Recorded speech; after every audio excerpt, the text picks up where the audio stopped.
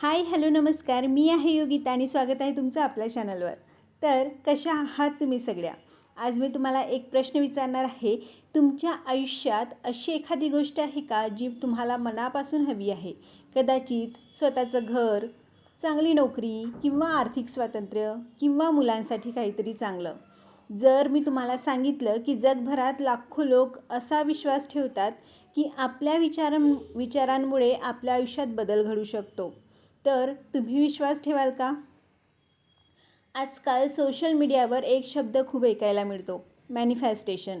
कोणी म्हणतं युनिवर्सला सांगा आणि सगळं मिळेल. कोणी म्हणतं रोज 369 मेथड करा. तर काही लोक म्हणतात हे सगळं खोटं आहे. मग खरं काय? आज आपण कोणाच्याही आंधळ्या बाजूने जाणार नाही ना. आपण प्रत्येक गोष्टीवर विश्वास ठेवणार ना, प्रत्येक गोष्ट फेटाळून लावणार. आज आपण बघू मॅनिफेस्टेशन म्हणजे नेमकं काय, ते खरंच काम करतं का आणि याबद्दल विज्ञान काय सांगतं. म्हणून हा व्हिडिओ शेवटपर्यंत नक्की बघा. मॅनिफेस्टेशन म्हणजे काय, तर सोप्या भाषेत सांगायचं झालं तर मॅनिफेस्टेशन म्हणजे तुमच्या मनात असलेल्या ध्येयावर इतकं स्पष्ट लक्ष केंद्रित करणं की तुमचे विचार, निर्णय आणि कृती त्या ध्येयाच्या दिशेने जाऊ लागतात. हे ऐकायला खूप मोठं वाटतं, पण एक छोटं उदाहरण घेऊयात. समजा तुम्ही ठरवलं यावर्षी मला माझं वजन कमी करायचं आहे. जर तुम्ही हा विचार मनापासून केला तर पुढे काय होईल? तुम्ही यूट्यूबवर हेल्दी रेसिपी शोधायला लागाल, वॉक सुरू कराल, जंक फूड कमी कराल. म्हणजे फक्त विचार बदलला नाही तर तुमची कृतीही बदलली. आणि हाच मॅनिफेस्टेशनचा महत्त्वाचा भाग आहे. पण खरंच फक्त विचार केल्याने गोष्टी घडतात का, हा प्रश्न मलाही पडला होता. आणि याचं उत्तर आहे फक्त विचार करून नाही. जर तुम्ही दिवसभर म्हणत बसाल मी करोडपती होणार पण कामच केलं नाही तर काही होणार आहे का? पण जर तो विचार तुम्हाला रोज उठून मेहनत करायला, शिकायला आणि सातत्य ठेवायला प्रेरणा देत असेल तर त्याचा नक्कीच फायदा होऊ शकतो. म्हणून मॅनिफेस्टेशन म्हणजे जादू नाही, तर माइंडसेट आणि ॲक्शन यांचं कॉम्बिनेशन आहे. आता विज्ञान काय सांगतं, इथे एक खूप मनोरंजक गोष्ट आहे. आपल्या मेंदूमध्ये एक प्रणाली असते जिला रेटिक्युलर ॲक्टिवेटिंग सिस्टम म्हणतात. ही प्रणाली आपल्या आजूबाजूला असलेल्या हजारो गोष्टींपैकी कोणत्या गोष्टींकडे लक्ष द्यायचं हे ठरवतं. उदाहरण बघायचं झालं तर तुम्ही नवीन लाल रंगाची कार घ्यायचं ठरवलं आणि अचानक तुम्हाला रस्त्यावर लाल कार जास्त दिसायला लागतात. कार अचानक वाढलेल्या नसतात, फक्त तुमचा मेंदू त्याच्याकडे जास्त लक्ष द्यायला लागतो.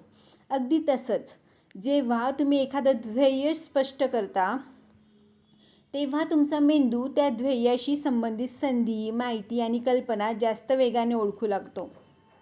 म्हणून अनेक लोकांना वाटतं युनिवर्स माझी मदत करत आहे, पण अनेक वेळा त्यामागे तुमच्या मेंदूची लक्ष केंद्रित करण्याची पद्धतही असू शकते. आता मी तुम्हाला आणखी एक उदाहरण देते. समजा एक शेतकरी आहे, त्याला यावर्षी भरघोस पीक यावं असं मनापासून वाटतं. आता तो रोज सकाळी उठून देवाला प्रार्थना करतो आणि म्हणतो, देवा यावर्षी माझं पीक चांगलं येऊ दे. पण विचार करा, जर त्या शेतकऱ्याने शेतात बीज पेरलं नाही तर, वेळेवर पाणीच दिलं नाही तर, खत टाकलं नाही, तण काढलं नाही तर, फक्त प्रार्थना केल्याने पीक येईल का? नाही ना. आता दुसरा एक शेतकरी बघूया. तोही देवावर विश्वास ठेवतो, तोही प्रार्थना करतो, पण त्याचबरोबर योग्य वेळी बी पेरतो, शेताची काळजी घेतो, पाऊस कमी पडला तर दुसरा मार्ग शोधतो, रोज मेहनत करतो आणि त्याला विश्वास असतो की मी माझं काम प्रामाणिकपणे करत आहे, आता त्याचं चांगलं फळ मिळेलच. मग सांगा, या दोघांपैकी चांगलं पीक कोणाला मिळण्याची शक्यता जास्त आहे? नक्कीच दुसऱ्या शेतकऱ्याला. यालाच मी मॅनिफेस्टेशन म्हणेन. मॅनिफेस्टेशन म्हणजे फक्त इच्छा करणं नाही, तर इच्छा, विश्वास, योग्य कृती आणि आपला संयम. विश्वास तुम्हाला सुरुवात करायला मदत करतो, पण मेहनतच तुम्हाला तुमच्या ध्येयापर्यंत घेऊन जाते. म्हणून जर कोणी म्हणत असेल की फक्त मॅनिफेस्टेशन करा आणि सगळं आपोआप मिळेल, तर ते पूर्ण सत्य नाही.